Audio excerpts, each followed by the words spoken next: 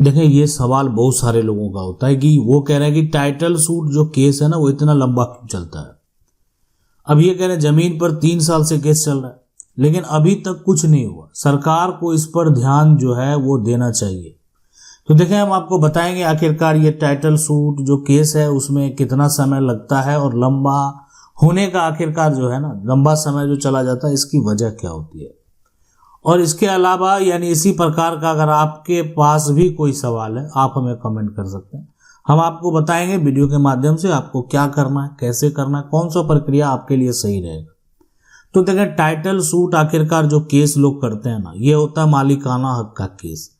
अब ये है कि आपने टाइटल सूट का दावा सिविल कोर्ट में कर दिया। अब ये करने की जरूरत क्यों पड़ी? इसलिए कि आप जो है आपका जमीन का जो मालिकाना हक है ना वो खतरे में है, या आपका मालिकाना हक जो है किसी ने छीन लिया है और वो भी गलत तरीके से। तो आप जो है मालिकाना हक वापस प्राप्त करेंगे तो आपको उससे संबंधित जो साक्ष्य है वो साक्ष्य प्रस्तुत करना होगा। अब आखिर साक्ष्य के तौर पर क्या देना होगा? तो साक्ष्य के तौर पर आपको जमीन का खतियान जो है वो देना होगा कि आप दिखाएंगे कि आपकी जमीन पहले जो का खतियान है आपकी जमीन थी, आपके पास कोई ऐसा जमीन का केवाला या जो अन्य कैसे दस्तावेज हैं वो दस्तावेज आपको प्रस्तुत करने होते हैं जिससे कि ये साबित हो सके कोर्ट में कि आप जमीन के मालिक हैं। अब होता है कि ये सभी आपके जो दस्तावेज हैं ये पुराने दस्तावेज हैं और जो नए दस्तावेज हैं उसमें त्रुटि हो गई है। तो कई साल ये पुराने दस्तावेज हैं, तो ये पुराने दस्तावेज जो है यानी ये मान्य है और पुराने दस्तावेज के आधार पर आप जमीन के मालिक हैं। और पुराने दस्तावेज के आधार पर जो जमीन के मालिक हैं कानूनी तौर पर वही संपत्ति का मालिक कहलाएगा। अब देखें, आखिरकार जो लंबी प्रक्रिया का वजह होता है ना, वजह का ये कारण एक सबसे मेन कारण ये होता है कि दोनों पक्ष से जो है ना लिखित तौर पर जवाब लिया जाता है। तो दोनों पक्ष जो है यहाँ पर दोनों पक्ष वो क्या करते हैं, वो अपना जो एक तरह से जवाब है वो जवाब देते हैं। ठीक है, दोनों पक्ष का जवाब हो गया। उसके बाद क्या होता है कि जो है दोनों पक्ष के गवाह जो है वो गवाह पेश होते हैं, वो दोनों पक्ष का होता है। गवाह यहाँ पर पेश करते हैं, तो गवाह पेश करते हैं तो सभी की गवाही होती कि आखिर वो क्या कह रहा है। उसके बाद जो है यानी आप कह सकते हैं यहाँ पर क्रॉस जो है ये चलता है कि आखिर कौन सही बोल रहा है कौन गलत बोल रहा है, किसकी बातों को क्रॉस किया जाए। तो क्रॉस जो यहाँ पर ये एग्जामिनेशन है ये भी आपको देखने को यहाँ पर मिलेगा कि आखिरकार मान लेते हैं जो आपके गवाह है ना वो सही बोल रहे हैं, वो क्या गलत बोल रहे हैं, उसको किस प्रकार से जो है ना एक आप कह सकते हैं उलझाया जाए, किस प्रकार से घुमाया जाए ताकि वो अगर झूठ बोल रहे हैं तो वो उनका सच जो है वो सामने आ जाए। और उसके बाद जो है ना जो डॉक्यूमेंट है दस्तावेज की जो आखिर वो दस्तावेज सही है नहीं है, तो दस्तावेजों की जांच होती है। तो ये हो गया दस्तावेजों की जांच। तो ये जांच ये सारा रिपोर्ट आना हो गया, सारा प्रक्रिया में समय लग जाता है। अब रही बात कि आपको अब ये समय अगर बात करें ना तो आपका जब केस शुरू हुआ ना तो आप प्रयास करेंगे कि जो आपका जो डेट पड़ता है आपकी जो तारीख पड़ती है तो हर तारीख पर कुछ ना कुछ कार्य हो। बहुत सारे जो मामले हैं और वैसे मामले में देखने को क्या मिलता है कि यहाँ पर जो है यानी अपना पक्ष कोई रख दिया, टाइटल सूट का दावा कर दिया और ये आप दोनों पक्ष जो है ना यानी केस करने के बाद जो है कभी एक पक्ष नहीं पहुंच पा रहा, कभी दूसरा पक्ष नहीं जा रहा है और सही समय से वो गवाह पेश नहीं कर पा रहे हैं, सही समय से आप जवाब नहीं दे पा रहे हैं। तो ये जो होता है कहीं ना कहीं समय इसमें भी कई महीने कई साल जो है चले जाते हैं। तो इसमें अगर आप हर तारीख को अपने प्रक्रिया को आगे बढ़ाने का प्रयास करेंगे, अब ये प्रयास जो है आप जो करेंगे तो किसके माध्यम से, तो अपने वकील के माध्यम से। आप अपने वकील से मिलेंगे, उनको बोलेंगे कि हर तारीख में आगे का प्रक्रिया होना चाहिए, यानी अभी आज आपने क्या किया, आपके पक्ष से कोई कमी नहीं है। तो अगर आपके पक्ष से किसी प्रकार की कोई कमी नहीं है तो जो सामने वाला पक्ष होता है उस पर दबाव भी बनाया जाता है कि आप अपना जवाब जल्द से जल्द कोर्ट को दें, आखिरकार क्या समस्या है। अब तो ये पूरा प्रक्रिया होता है। उसके बाद जो है यानी सारा साक्ष्य देखने के बाद जो है वो जो जजमेंट है, जजमेंट का समय आता है, और उसके बाद जो है सारा साक्ष्य देखने के बाद यानी कोर्ट ने, ये कोर्ट के द्वारा कहें तो फैसला सुना दिया जाता है। अब ये फैसला जिसके भी पक्ष में हो।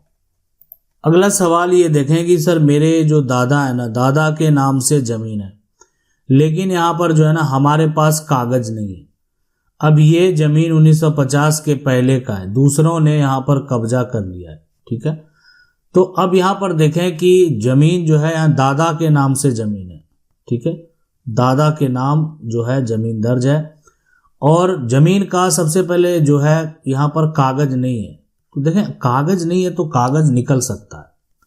अब है कि ये जमीन ठीक है 1950 के पहले का भी है, तो आपके पास अगर पुराना कागजात भी है या पुराना कागजात घर में नहीं है, तो पुराना कागजात जिस आधार पर वो आपकी जमीन दादा के नाम से, जैसे आपने कहा कि दादा के नाम से जमीन है, तो पुराना कागजात आपको निकालना होगा। पुराना कागजात हो सकता है पुराना जो है यहाँ पर खतियान होगा, या हो सकता है पुराना आपके दादा जो है जमीन खरीदे होंगे तो जमीन का केवाला होगा, जमीन का बैनामा होगा। तो ऐसे दस्तावेज जो है आप निकालेंगे जिसके आधार पर क्या होगा कि आप दावा पेश कर पाए। कब्जा कर लिया, आप करने दीजिए, और जैसे ही ये पुराना कागजात निकलेगा और निकालने के बाद जो व्यक्ति ने कब्जा किया हुआ है, सबसे बड़ी बात है कि उसके पास क्या कागजात है, ये देखना बेहद जरूरी है कि उन्होंने कागजात किस आधार पर कब्जा किया। ऐसा तो नहीं उनके पास कोई कागजात नहीं है, जो कब्जा करके रखा है, दूसरों ने कब्जा करके रखा है, तो उसके पास अगर मान लेते हैं कि जो कागजात वर्तमान में आखिरकार किसके नाम से है, अगर वो व्यक्ति अपने नाम से कागजात जो है बनवा लिया है तो उसको रद्द भी करवाना है, इसलिए कि पुराने दस्तावेज आपके हैं, और साथ में जमीन का जो कब्जा है वो भी वापस उससे लेना है। तो ये पूरा प्रक्रिया यहाँ पर फॉलो किया जाएगा कि एक तो जमीन का जो कागजात है, वो कागजात जो डॉक्यूमेंट है जमीन का, वो कागजात रद्द होगा, और साथ में कब्जा आप वापस प्राप्त करेंगे। तो ये सब जो प्रक्रिया होता है ना, यानी कब्जा वापस करना, पुराने दस्तावेज के आधार पर जमीन को जो है अपना हक साबित करना कि पुराने डॉक्यूमेंट आपके पास हैं, उसके आधार पर आप सोच रहे हैं कि हमको जमीन मिले, और तो ये और कोई नया कागजात जो बना लिया, नया जमाबंदी बना लिया, नया खतियान में अपना नाम दर्ज करा दिया, तो ऐसे सिचुएशन जो उत्पन्न होते हैं ना, तो अब है कि नया खतियान जो है कोई अपना नाम चढ़ाकर कागजात बना लिया है, जमीन पर कब्जा कर लिया, जमीन का फर्जी केवाला बना लिया, तो इन सभी मामले को आपको सिविल कोर्ट में लेकर जाना होगा। एकमात्र सिविल कोर्ट को पावर दिया गया कि आप ऐसे मामले को सुनिए, और सुनने के बाद आपके द्वारा जो फैसला होगा उस फैसले के अनुसार हम काम करेंगे। मतलब सरकार के आदेशानुसार हुआ कि अब पुराने कागजात के आधार पर हम किसी भी प्रकार का कोई डिसीजन नहीं ले सकते हैं। आप पुराने कागजात के आधार पर डिसीजन दीजिए, और उसके बाद उस आधार पर आगे जो कार्रवाई करना होगा हम करेंगे। उस आधार पर किसी प्रकार का अगर कोई सुधार करना होगा तो सुधार करेंगे। अगर कोई किसी की ज़मीन को कब्जा कर लिया है तो उसका कब्जा जो है यहाँ पर खाली होगा। तो ये सारा कुछ जो होगा यानी कब होगा, जब कोर्ट का फैसला आपके पक्ष में आएगा। तो यही हुआ कि आपको पुराने दस्तावेज का नकल तो निकालना पड़ेगा। आज ठीक आपके पास कागज नहीं है, लेकिन कागज रिकॉर्ड रूम में मौजूद है, आप वहां से, और ये प्रोसेस है, आप वहां से रिकॉर्ड रूम से जाकर नकल निकाल सकते हैं। अब ये नकल निकालने के लिए आपको क्या करना पड़ेगा, अपना जिला जो है वो जाना पड़ेगा, और जिला में जिला अभिलेख है, जिला निबंधन है, वहां से अगर मान लेते हैं जमीन का खतियान है तो अभिलेख में, जिला निबंधन में आप जमीन का केवाला बैनामा जाकर उसका नकल जो है वो प्राप्त कर सकते हैं, और उसके बाद आगे की जो प्रक्रिया है, आगे की जो कार्रवाई है वो होने वाली है।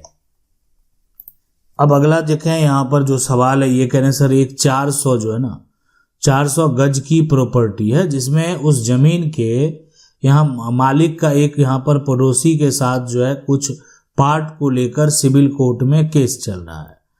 हमने उस प्रॉपर्टी का एक जो है 15-14 गज का यहाँ पार्ट परचेज किया, जिसपे कोई विवाद नहीं था। जब हम वह जो है वहाँ से जो है कंस्ट्रक्शन के लिए गए तब उन्होंने हमारे जो हमने जो भी है उन्होंने हमें मना किया, यहाँ कुछ नहीं यहाँ पर बनेगा। हमने क्या करना चाहिए, पहले प्लीज हेल्प। तो देखें आपका जो है ना नंबर, तो देखें हम आपको बता रहे हैं पूरा जो प्रोसेस, एक बार पहले आप समझ लें कि आपका जो 400 गज का जो यहाँ पर प्रॉपर्टी है, तो 400 गज का जो जमीन है, अब जमीन मालिक का एक पड़ोसी के साथ जो है, तो आप देखें विवाद क्या होता है कि विवाद आप जिसके भी साथ हो, ठीक है, आपने ये जमीन को क्या किया, इससे कुछ पार्ट मान लेते हैं, यहाँ पर जो भी है वो 15 इंटू यहाँ पर जो 14 है, ठीक है, ये आपने इतना गज का जमीन जो है आपने खरीद लिया। अब ये जो जमीन आपने खरीद लिया है, तो इस पर कानूनी क्या है, आपका अधिकार है। तो आप ये जमीन का आपके पास जो है केवाला होना चाहिए, जमीन का केवाला, और साथ में जमीन का जो लगान रसीद है वो भी आपके नाम से होना चाहिए।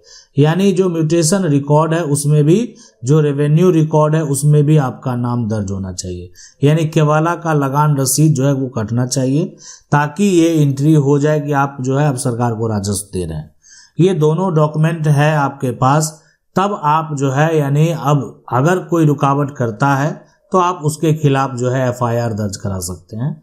अब रही बात, देखें क्या होता है कि सिविल कोर्ट में केस चल रहा है, केस चल रहा है और सिविल कोर्ट से स्टे, दोनों का मतलब अलग अलग है। मतलब कोर्ट ने क्या किया, रोक लगा दिया, कोर्ट के द्वारा स्टे लगा हुआ है, तो ये जो है इसका मीनिंग अलग है। लेकिन ऐसा कुछ नहीं हुआ, कोर्ट ने जो है रोक नहीं लगाया है, कोर्ट के द्वारा बस मामला चल रहा है वहाँ पर। तो ऐसे सिचुएशन में आप चाहें तो वहाँ पर जो है मकान बनाने का कार्य अगर करेंगे, अब वो है कि मामला कोर्ट में है, कोर्ट से वो भी चाहे तो रुकावट करा सकते हैं। तो आपको यहाँ पर वो अगर चाहेंगे वहाँ से स्टे लेकर आपको रोकना, तो वो बीच में भी रोक सकते हैं। इसलिए देखें विवाद है उनका, टाइटल का किस प्रकार का विवाद है, वो उलझा रहे हैं या ये वो उनका जो दावा है वो सही है, जो भी हो।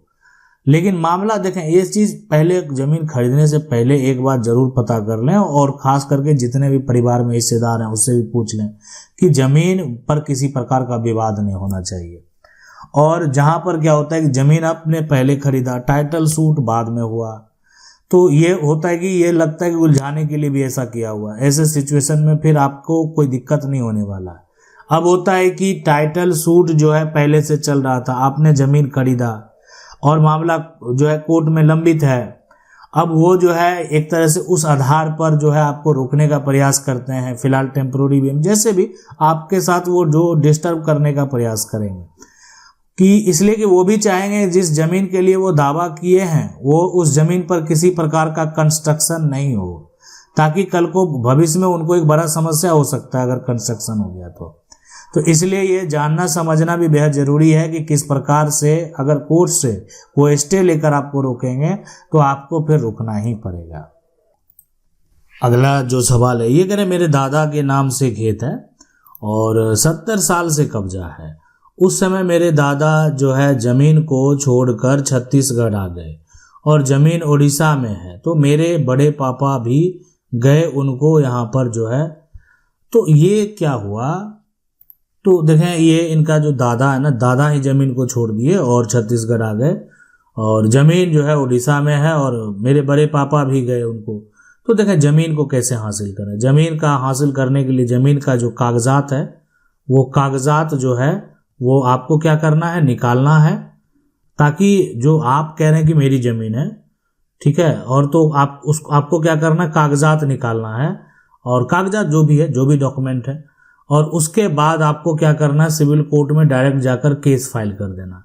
अब ये सिविल कोर्ट में जो आप केस फाइल करेंगे ये पोजेशन रिकवरी का केस आप फाइल करेंगे, है ना। पोजेशन जो है यहाँ पर ये आपको वापस चाहिए और आपके जो ज़मीन है उस पर वो गलत तरीके से जबरन डरा कर धमका कर, यानी वो डरा रहे हैं, जान मारने की धमकी दे रहे हैं और इसी तरीके से आपकी ज़मीन पर कब्जा किए हुए हैं।